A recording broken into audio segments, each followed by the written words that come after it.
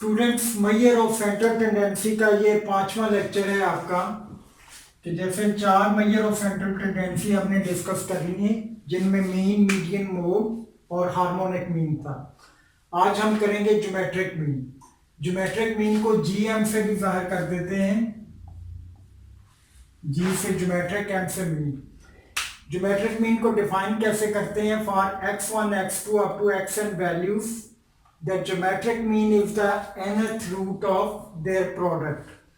कि जितनी आपके पास वैल्यूज हों उन सब का आप प्रोडक्ट ले लें और जितनी वैल्यू है उनका उतना ही रूट ले लें। तो मसलन ज्योमेट्रिक मीन अगर आपने बनानी है कि आपके पास x से लेकर n तक वैल्यू है, तो x1 multiplied by x2 multiplied by x3 and so on multiplied by xn, सारी वैल्यूज को ज़रब दें और उनकी उतनी ही रूट ले लें या 1/n कर लें, तो ये आपके पास ज्योमेट्रिक मीन बन जाएगा। या फर्ज करें कि एग्जांपल आप लेते हैं, आपके पास 3 वैल्यूज हैं, 2 है, 4 है, 8 है। इनका आपने प्रोडक्ट लिया, क्योंकि वैल्यूज आपके पास 3 थी तो 1/3 इनका रूट ले लिया। तो ज्योमेट्रिक मीन निकालने का तरीका क्या होगा कि इनका प्रोडक्ट लें तो ये बनता है 64 की पावर 1/3। 1/3 जो पावर है या 1/n पावर है या 1/5 है, 6 है, 7 है, ये पावर्स आप कैलकुलेटर की मदद से निकाल सकते हैं। कैलकुलेटर में एक ऐसे की होती है x raise to power y या y raise to power x करके लिखा हुआ होता है। इसी तरह इसे शिफ्ट के साथ दबाएं तो ये 1/x आ जाएगी पावर। इस तरीके से मुख्तलिफ कैलकुलेटर्स में मुख्तलिफ तरीक़ेकार होते हैं। जब ये पावर आप लेते हैं तो ये जवाब आपको 4 दे देगी। तो 64 की पावर 1/3 अगर करें तो ये 4 के बराबर आ जाएगा। इसका मतलब ये हुआ कि फर्ज करें कि आपके पास 3 वैल्यूज थी या 3 बच्चे थे, एक की उम्र 2 साल है, दूसरे की 4 साल, तीसरे की 8 साल, और आपको कहा जाता है कि इनकी एवरेज एज बताएं। तो आप क्या करेंगे, तीनों की एज को ज़रब दे देंगे और इसकी पावर 1/3 ले लेंगे, तो आपके पास ज्योमेट्रिक मीन निकल आएगी। 3 की बजाय अगर 4 बच्चे होते, चारों की एज को ज़रब देते, यहाँ पावर 1/4 ले लेते हैं। अगर n बच्चे हों तो पावर 1/n ले सकते हैं। लेकिन इसमें एक प्रॉब्लम आता है कि अगर वैल्यू बहुत सारी ज़्यादा हो जाए तो फिर उनका प्रोडक्ट लें तो वो भी बहुत ज़्यादा आ जाता है और कैलकुलेशन करनी जो है थोड़ी सी मुश्किल हो जाती है। तो आमतौर पे हम इसे ज्योमेट्रिक मीन को एक और फार्मूले से भी करते हैं, जिसमें लॉग इस्तेमाल किया जाता है। लॉग की मदद से हम ज्योमेट्रिक मीन कैलकुलेट करते हैं। यहाँ एक चीज़ और गौरतलब है, वो ये है कि ज्योमेट्रिक मीन में अगर कोई x की वैल्यू 0 आ जाए तो वहां आप ज्योमेट्रिक मीन नहीं निकाल सकते। क्यों नहीं निकाल सकते? कि अगर डाटा में कोई वैल्यू 0 आ जाती है, जब वो 0 मल्टीप्लाई होता है किसी वैल्यू से, तो तमाम जो आपका आंसर है वो 0 कर देगा और ज्योमेट्रिक मीन आप कैलकुलेट नहीं कर सकेंगे। इसी तरह अगर कोई नेगेटिव वैल्यू आ जाए तो वहां भी ज्योमेट्रिक मीन आप नहीं कैलकुलेट कर सकते, क्योंकि उसका रूट निकालना आपके लिए मुमकिन नहीं रहता। तो नेगेटिव वैल्यू के लिए और डाटा के अंदर कोई 0 वैल्यू आ जाए तो उसके लिए ज्योमेट्रिक मीन जो है पॉसिबल नहीं होती। अब ये है कि दूसरे तरीके से इन्हीं 3 वैल्यूज की हम ज्योमेट्रिक मीन निकाल के देखते हैं। जैसे मैंने कहा कि लॉग की मदद से भी आप ज्योमेट्रिक मीन निकाल सकते हैं। उसके लिए जो ज्योमेट्रिक मीन का फार्मूला बनता है वो है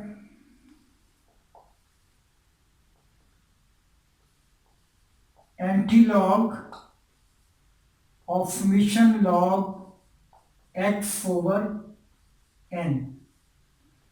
x की वैल्यूज का लॉग लें, उनका सम करें और उसे n पे डिवाइड कर दें। मसलन यही वैल्यूज थी आपके पास, x की इस तरह लिख लें, 2 है, एक बच्चे की उम्र 4 थी, तीसरे की 8 थी, और आगे आपने क्या करना है कि log x निकालना है। हर वैल्यू का लॉग ले लें, log x।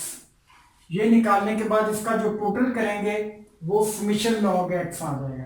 जैसा आपको बताया कि समेशन क्या होता है टोटल होता है उस कॉलम का। एन क्या होगा, नंबर ऑफ ऑब्जर्वेशन। ऑब्जर्वेशन आपके पास कितनी, 1 2 एंड 3। लॉग एक्स निकालने के लिए हम देखते हैं कि 2 का लॉग जब आप निकालेंगे, ये भी कैलकुलेटर से निकालेंगे।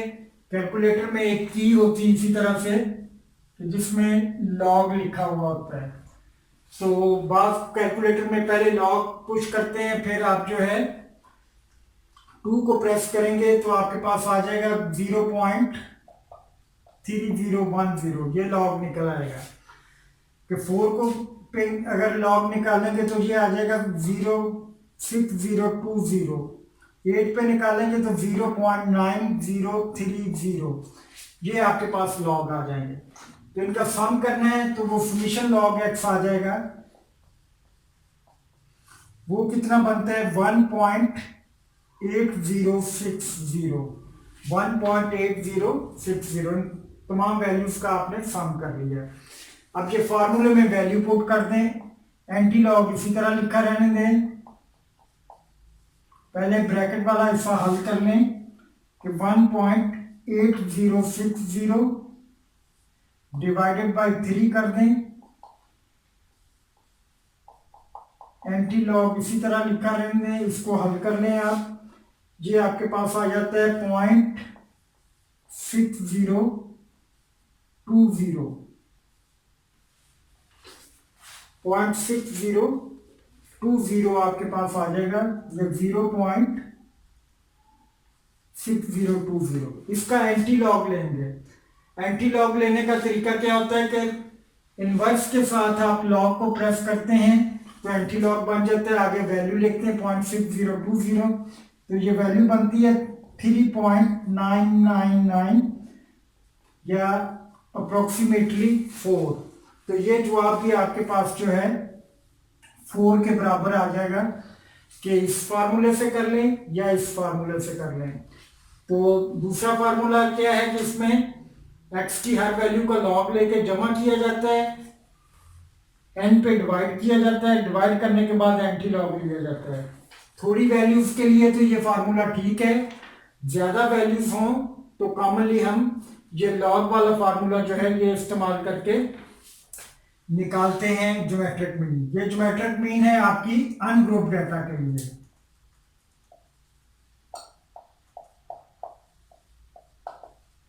अनग्रुप डाटा के लिए आप ज्योमेट्रिक मीन कैसे निकाल सकते हैं कि अनग्रुप डाटा के लिए आपने ज्योमेट्रिक मीन निकालना सीखा। अब हम देखते हैं कि ग्रुप डाटा में ज्योमेट्रिक मीन कैसे निकाला जाता है। ज्योमेट्रिक मीन फॉर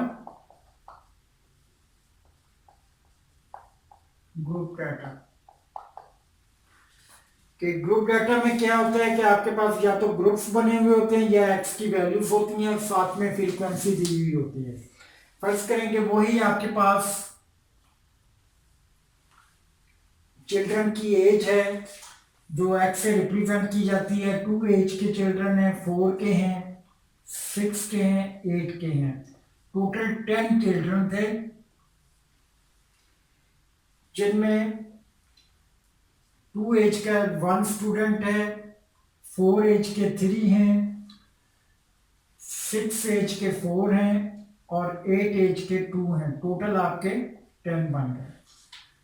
आपको कहा जाता है कि इन चिल्ड्रन की एवरेज एज जो है वो कैलकुलेट करें बाय यूजिंग ज्योमेट्रिक मीन। तो ज्योमेट्रिक मीन को यूज करते हुए आपने ये काम करना है। ज्योमेट्रिक मीन क्योंकि ये फ्रीक्वेंसी आ गई है तो ये ग्रुप डाटा है, क्लासेस नहीं बनी हुई। क्लासेस से डायरेक्ट आपको एक्स की वैल्यूज उसने दे दी है। जहां फ्रीक्वेंसी होगी जाहिर है वो ग्रुप डाटा होगा। ग्रुप डाटा में इसका फार्मूला क्या होता है, ज्योमेट्रिक मीन निकालने का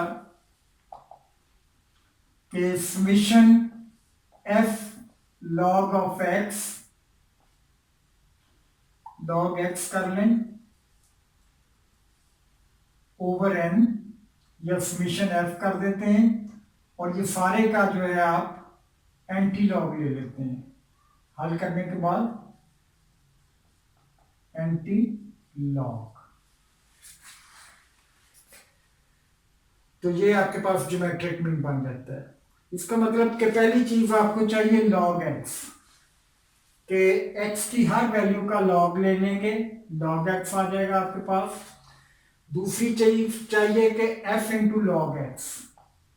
ये क्यों चाहिए? क्योंकि f into log x column एक बना के उसका आपने टोटल करना है। और तीसरा, ये टोटल तो आपके पास पहले से मौजूद है, समीशन f कॉलम का टोटल ये 10 है। लॉग x निकालेंगे, x की वैल्यू का लॉग लेना है आपने, कि 2 का जब आप लॉग लेते हैं तो ये 0.3010 आ जाता है।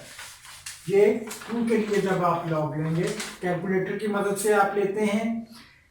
आगे आपने 4 का लॉग लेना है, ये आ जाएगा 0.6020। 6 का लॉग लें तो ये आ जाएगा 0.7782। आगे आप 8 का लॉग लेंगे तो ये आ जाएगा 0.9031। ये लॉग निकाल लिए। अनग्रुप डाटा होता तो आप लॉग का टोटल करके 4 वैल्यूज थी, 4 पे डिवाइड करते जैसे पहले किया था, तो कैलकुलेशन आपके पास आ जाती, उसका एंटी लॉग ले लेते। क्योंकि ये ग्रुप डाटा है, यहाँ फ्रीक्वेंसी भी इन्वॉल्व है, तो आपने क्या करना है कि log x को फ्रीक्वेंसी से डिफरेंट देनी है, कि हर log x को फ्रीक्वेंसी की वैल्यू से ज़रब देनी है। मसलन पहली वैल्यू जो ये है और उसके अगेंस्ट फ्रीक्वेंसी 1 थी, तो 1 के साथ ये ज़रब दी, दूसरे और तीसरे कॉलम को आपस में ज़रब दी, तो आपका चौथा कॉलम बन जाएगा 0.3010। ये वही रहेगा। ये फ्रीक्वेंसी को log x के साथ ज़रब दी सेकंड ग्रुप में, तो ये आपके पास आ जाता है 1.8062। ये फ्रीक्वेंसी 4 है, 4 के साथ इस वैल्यू को ज़रब दी आपने, तो ये आपके पास आ जाएगा 3.1126। ये log x है, ये फ्रीक्वेंसी है। f इंटू लॉग एक्स करने के लिए दोनों को आपस में ज़रब देंगे, तो ये आ जाएगा 1.8061। और ये 4 वैल्यूज थी, 4 ग्रुप थे, तो इनको आप जो है ऐड कर देंगे तो वो समीशन बन जाएगा। ऐड करके आपके पास वैल्यू आती है 7.0259। इसे आप कहेंगे summation f log x। Summation f log x क्यों कहेंगे? क्योंकि f log x कॉलम का ये टोटल है। f log x कैसे बना था? कि log x को f के साथ ज़रब देने से। अब ये फार्मूले में आप वैल्यू पुट कर देंगे, एंटी लॉग की जगह एंटी लॉग लिखा रहने दें, और ये 7.0259 वैल्यू लिखें, डिवाइडेड बाय 10 करें। 10 कहां से आया? ये आपकी फ्रीक्वेंसी थी, फ्रीक्वेंसी का टोटल। नेक्स्ट आपने क्या करना है कि ये वैल्यू आपके पास आ गई 0.70259, ये वैल्यू बन जाएगी। तो 10 पे डिवाइड करने के बाद तो इसका आपने एंटी लॉग ले लेना है। एंटी लॉग जो है, जैसे आपको बताया कि एक लॉग की होती है, एक शिफ्ट के साथ आप लॉग को प्रेस करके आगे वैल्यू लिखते हैं, तो आपके पास एंटी लॉग आ जाएगा। एंटी लॉग जब आप निकालते हैं तो ये वैल्यू आपके पास 5.0418 आ जाती है। तो ये 5.0418 जो है आपके पास ज्योमेट्रिक मीन जो है डाटा की, वो कैलकुलेट हो जाएगी। तो आमतौर पे ये चेक करने के लिए कि आपने किस हद तक ये जवाब सही निकाला है, वो थोड़ा सा आइडिया हो जाता है कि ये 2 और 8 के दरमियान वैल्यू होनी चाहिए, क्योंकि मिनिमम ये है, मैक्सिमम ये है, ज़ाहिर है इनकी एवरेज जो है वो इन्हीं वैल्यूज के दरमियान आएगी। बाद स्टूडेंट जब एंटी लॉग निकालते हैं या कोई कैलकुलेशन करते हैं तो बड़ी अजीब वैल्यू निकाल देते हैं। तो आप पहले ही ये चेक कर लें, अगर डाटा कोई अजीब सा आ रहा है या इन वैल्यू से बाहर आ रहा है तो कैलकुलेशन दोबारा अपनी चेक कर लें। तो सिंपल सा रूल है कि ये कॉलम आपको दिए हुए होते हैं, log x निकालते हैं, f इंटू लॉग एक्स करते हैं, टोटल लेते हैं, टोटल लेने के बाद समेशन f पे डिवाइड करते हैं, इसका एंटी लॉग लेते हैं, तो ज्योमेट्रिक मीन जो है आपके पास निकल आती है। Thank you.